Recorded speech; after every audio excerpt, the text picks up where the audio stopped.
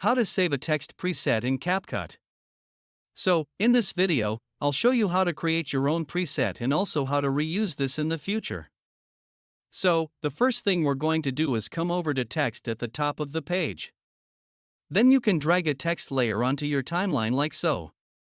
Over on the right hand side, you can then apply all of your different customizations to this text.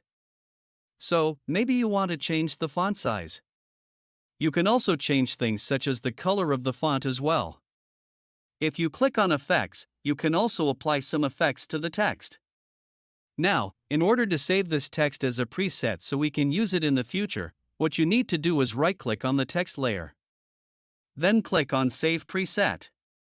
Now, once it's been saved, you can go ahead and delete this text layer.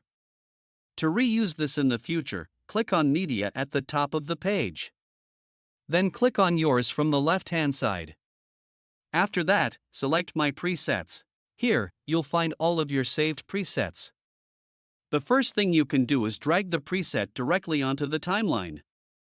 Then right-click on the preset and click Undo Compound Clip. Now, what you can do is either edit this existing text clip directly. Alternatively, if you already have another text layer added to the timeline, you can copy the effects from the preset onto that text. So, right-click on your preset. Click on Copy, and then select Copy Attributes.